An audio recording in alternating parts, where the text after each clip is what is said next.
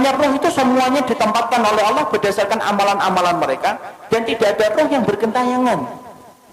Makanya kemudian kalau kita dapatin ada tempat-tempat ada orang mati bunuh diri kok kelihatan ada hantunya, itu bukan roh tapi itu setan yang mencari celah dan kesempatan supaya dia itu ditakutin. Kenapa setan itu senang untuk menakuti manusia? Karena setan tahu syirik itu mulainya pertama kali ketika takut.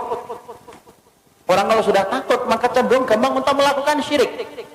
Kalau sudah syirik nyebar kemenyan. Kalau sudah syirik dia akan kemudian korban di situ, di tempat yang dia takutin. Kalau sudah takut dia akan lewat sambil mengatakan, "Kula nuwun Mbah, ngapunten, lewat Mbah, lewat." Itu kemudian mulainya dari ketakutan. Makanya kemudian tidak ada roh yang bergentayangan, itu tidak ada. Yang ada itu apa? Setan. Karena setan itu bisa berubah wujud apa saja. Anjing hitam perwujudan dari jin. Ular hitam perwujudan dari jin.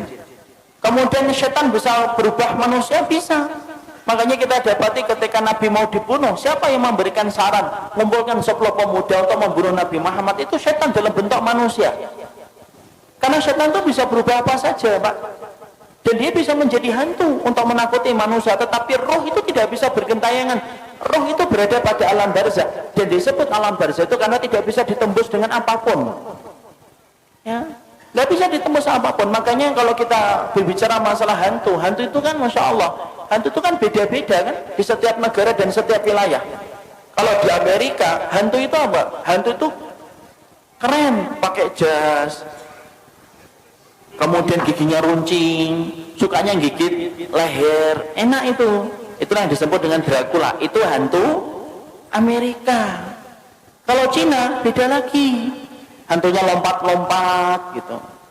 Kalau kemudian ada warna kuning berhenti dia, itu hantu Cina.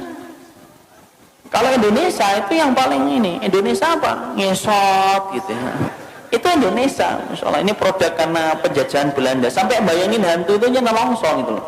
Yang paling keren itu ya Amerika, pakai jas, giginya runcing, takut sama matahari. Kenapa kok manusia itu ketika bayangin hantu itu beda-beda? Karena memang hantu itu hasil dari kemudian bayangan kita sendiri.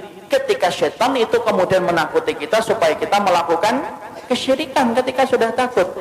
Makanya tidak ada yang namanya roh itu bergentayangan, itu tidak ada, Pak. Kata Imam Ibnu Qayyim, roh itu ditempatkan oleh Allah berdasarkan dengan amalnya. Ada roh yang ditempatkan di dalam tembolok burung hijau. Rohnya siapa? Orang yang mati syahid ditaruh dalam tembolok burung hijau, kemudian rumahnya di bawah arsy. Arsy-nya Allah, mereka tinggal bergantung itu. Kemudian mereka masuk surga di waktu pagi, kemudian pulangnya di waktu sore. Tidurnya di bawah arsy-nya Allah. Ada orang solih ditempatkan di dalam tembolok burung tapi bukan hijau. Dia masuk surga tetapi kemudian dia tidak bisa menikmati sebagaimana para syuhada. Ada roh yang ditempatkan ila rafiqil a'la. Makanya Nabi ditanya, "Ya Rasulullah," oleh Aisyah, "Ya Rasulullah, apakah engkau akan meninggalkan kami?" Kemudian Nabi menjawab, "Ila rafiqil a'la," menuju kepada tempat kumpulan teman-temanku yang solih. Itu menunjukkan apa?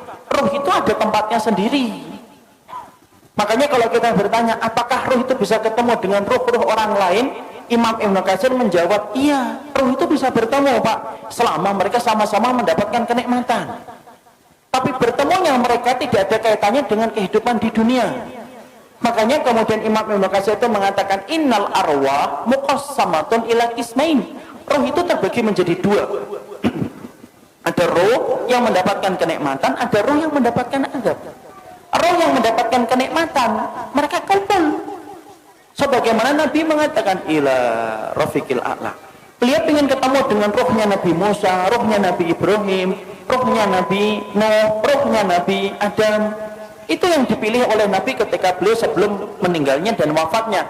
Beliau mengatakan apa? Ila rafiqil a'la. Makanya Nabi detik-detik ketika sebelum meninggal, beliau melihat ke langit, kemudian beliau mengatakan ila rafiqil a'la, tangan beliau jatuh, kemudian kepala beliau bergeser. Akhirnya beliau meninggal dunia. Berarti roh itu kumpul nggak dengan roh yang lainnya? Roh itu kumpul dengan yang lainnya selama mereka sama-sama beriman. Kecuali roh yang mendapatkan adab. Innal arwah mu'adzabah la tatakian. Sesungguhnya kalau roh yang mendapatkan adab, mereka tidak ketemu. Tapi roh yang kemudian mendapatkan kenikmatan, mereka saling ketemu.